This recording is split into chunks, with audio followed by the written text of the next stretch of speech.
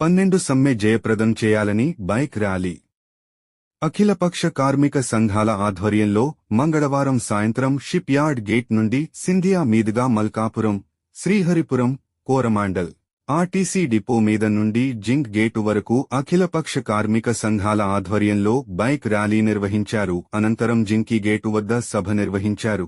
ఈ సభకు CITU Malkapuram zone ప్రధాన కార్యదర్శి ఆర్ లక్ష్మణమూర్తి అధ్యక్షత వహించారు. ఈ కార్యక్రమంలో సిఐటియు విశాఖ జిల్లా అధ్యక్షులు కెఎం శ్రీనివాసరావు, ఉపాధ్యక్షులు ఎం జగ్గు నాయుడు, ఏఐటియుసి జిల్లా నాయకులు బూసి వెంకటరావు, సత్యాంజనేయ జిల్లా ప్రధాన కార్యదర్శి బోగవల్లి నాగభూషణం, వైఎస్ఆర్టీయూసీ జిల్లా అధ్యక్షులు ఆర్ అనిల్ కుమార్, వైఆర్టీయూసీ షిప్యార్డ్ గుర్తింపు యూనియన్ ఐఎన్టీసీ ప్రధాన కార్యదర్శి మూర్తి, నాయకులు దొడ్డి రమేష్, షిప్యార్డ్ సిఐటియు ప్రధాన కార్యదర్శి ఎస్ ప్రసాద్ పాల్గొని మాట్లాడుతూ కేంద్రంలో మోడీ ప్రభుత్వం తీసుకొచ్చిన 4 లేబర్ కోడ్లు రద్దు చేయాలని 12వ తేదీన జరిగే సమ్మెను జయప్రదం చేయడం ద్వారానే మన హక్కులు మనము కాపాడుకోగలమని అన్నారు. హెచ్పీసీఎల్ షిప్ యార్డ్ 100% సమ్మె విజయవంతం చేయడం మనందరం బాధ్యతగా తీసుకోవాలని కార్యకర్తలకు, కార్మికులకు పిలుపునిచ్చారు. ఈ బైక్ ర్యాలీలో సిఐటియు మల్కాపురం జోన్ అధ్యక్షులు బిఎస్ఎన్ రాజు,